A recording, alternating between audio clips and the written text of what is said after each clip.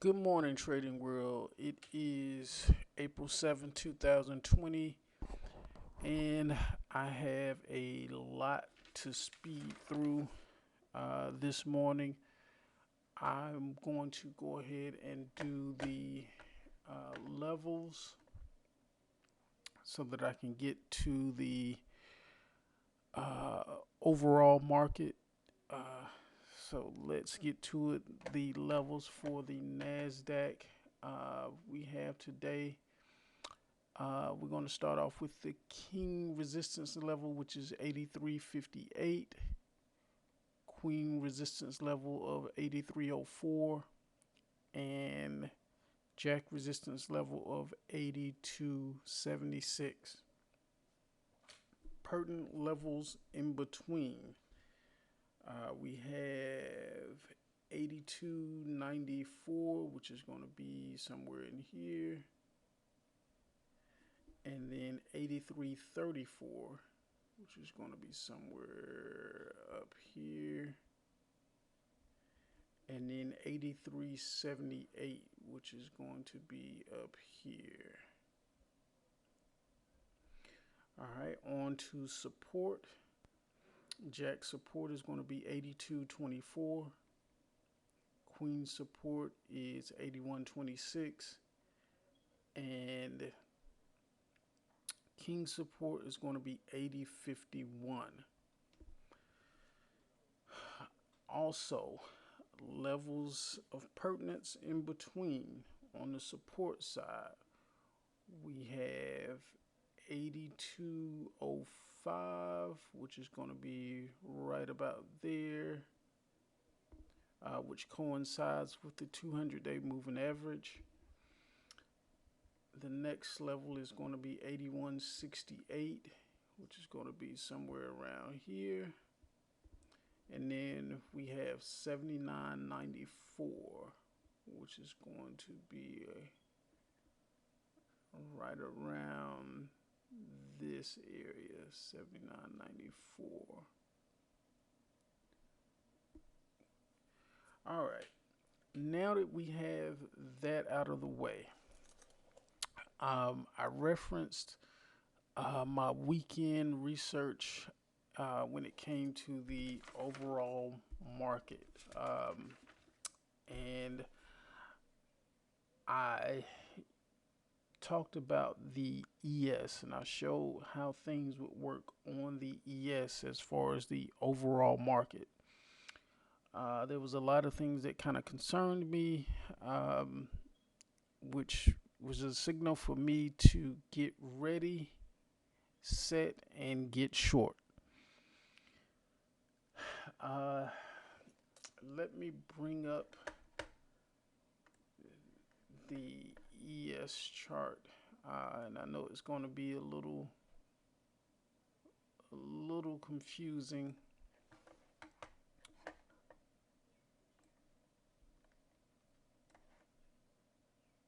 So let me get this out here. There's a lot of stuff on this chart. All right,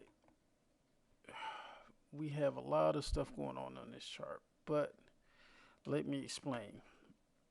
Coming into the week, the two most important levels was what we deemed the expected move. We had an expected move coming into Monday of 2601 all the way down to 2357. So the top of that expected move was going to be 2601.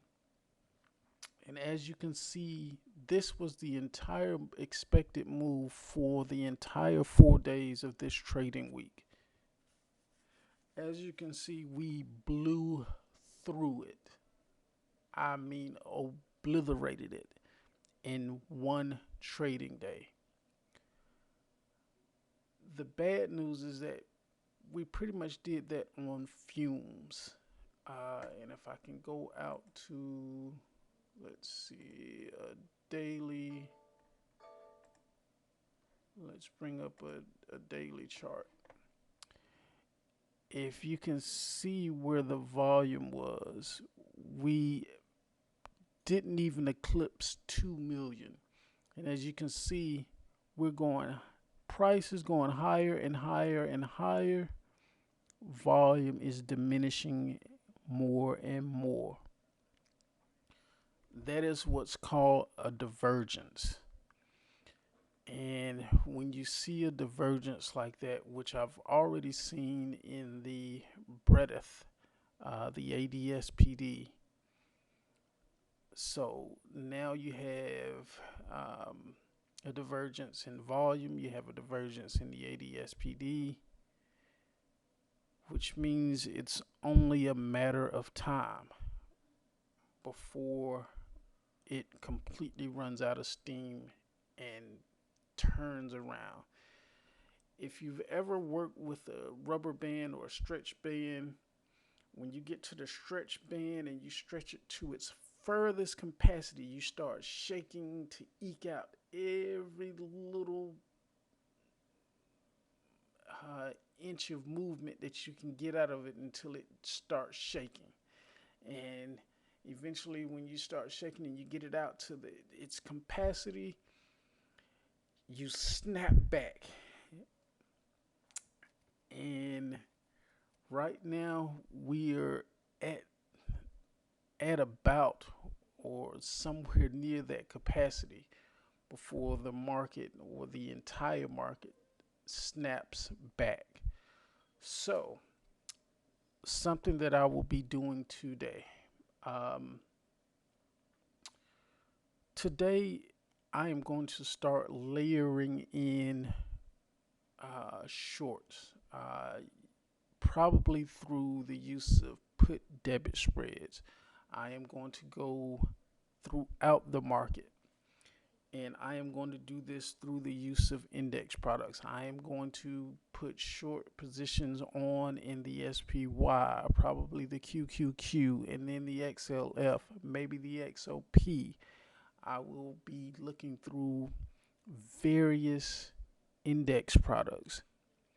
Notice I did not say any particular stock. Although there are some things that I would like to short in specifics, but I'm going to hold out. Microsoft is definitely something that I would like to short, because what's going to happen, what I talked about in videos past, is that this sell-off that we just had, even as violent as it was, there were a lot of major products that pretty much went unscathed.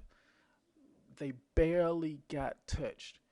It was all a product of pretty much Boeing, a lot of the transportation issues, airlines, and just trimming around the fat, just the other general products like Virgin Galactic pretty much got cut in half. A lot of the airlines, cruise, your your luxury entertainment, all of those pretty much got cut in half, and that created a violent source of sell activity to the greater market. This time it will be different. This time, I don't think anything will go untouched. So your majors like Apple, Microsoft, all of those things that pretty much fuel this market to the heights that it reached, this is probably going to be their time to get hacked. Because what's going to happen is that when these 401ks and IRA managers start getting these signals that they have to they have to do something, or calls on these margins, majority of that is going to be through index products. And when they have to do, because there's no more fat left to cut around the edge. So when they hit margins and these margin calls get called, they will have no choice but to hit the meat of the portfolio, which is going to be your Apples, which is going to be your Microsoft, your Googles, your Amazons, the Walmarts, even the products that are doing well. They will have no choice but to sell them into oblivion. So that's why I am going to hit index products, because everything will get hit, maybe not to the extent of others. So it being that I'm the limited amount of funds that I want to work with, I see it best to attack index products.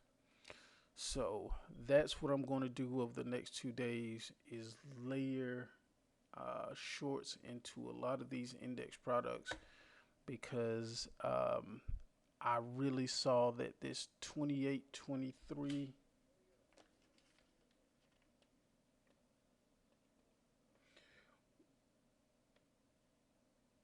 2708 was the zone that I had called for pretty much the ES and overall market to let me know that it's pretty much time to get short. It wasn't just that zone, it's how we reach that zone.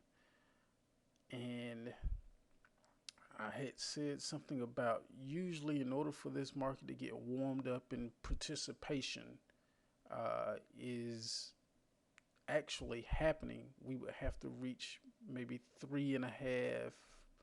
over 3.5 million contracts on the ES to be traded. And again, I'll show you we didn't even crack 2 million. So we may be able to reach this 28.